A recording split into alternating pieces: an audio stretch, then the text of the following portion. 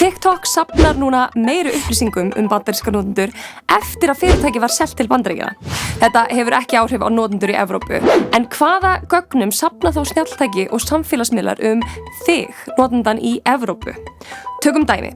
Edda og Tryggvi hittast á kaffihúsi og Edda segir Tryggva frá nýjum lampa sem hún keypti á netinu. Tryggvi fer heim og panta sér sama lampa. Þau hitta svo vinkonu sína, Erlu, og allt í einu byrjar Erla að fá auglýsingar fyrir sama lampa á samfélagsmiðlum. Er síminn að hlusta á samtölin þeirra? Nei, hann þarf þess ekki, því að hann nú þegar með allar nauðsynlegar upplýsingar. Edda og Tryggvi voru bæði með slökkt á staðsetningu í símanum, en þau notuðu Wi-Fi á kaffihúsinu, þannig að samfélagsmiðlarnir fá upplýsingar að þau hafi verið á sama stað. Samfélagsmiðlarnir fá líka gögn að Edda hafi keypt lampan og sjá seinna að Tryggvi hafi keypt sama lampan. Svo sjá samfélagsmiðlarnir að þau hafi bæði hitt Erlu og draga þá ályktun að þau hafi mögulega talað lampan og þess vegna fær Erla allt í einu lampaauglýsingu. Annað dæmi. Eydís byrjar að fá auglýsingar fyrir meðgönguföt og barnadót. 2 vikum seinna finnur hún út að hún sé ólétt. En hún hefur ekki googlað nein merki óléttu, en málið Eydís notar snjallúr sem safnar mikið af gögnum heilsu hennar og getur spáð með 92% nákvæmni hvort hún sé ólétt eða ekki. Auglýsendur keyptu gögnum frá snjallúrinu og drógu þá ályktun að Eydís væri ólétt út frá breyttum hjartslætti, öndun og hitastigi.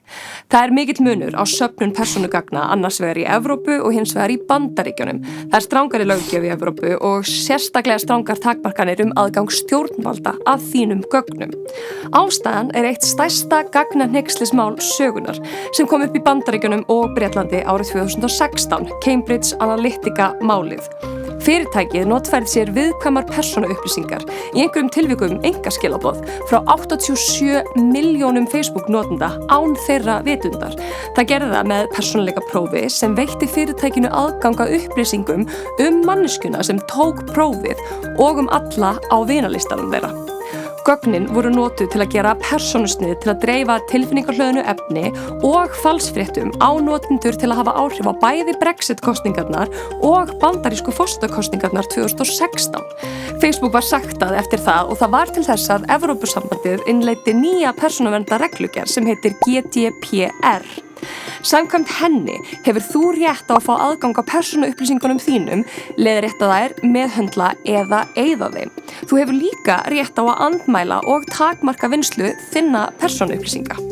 En í Bandaríkjunum nánast engin persónuverndarlöggjöf, þótt það sé mismunandi milli ríkja og atvinnugeira og þar almennt litlar hömlur á starfsemi einstaklinga og fyrirtækja sem þau kalla svona data brokers sem kaupa og selja þessar upplýsingar.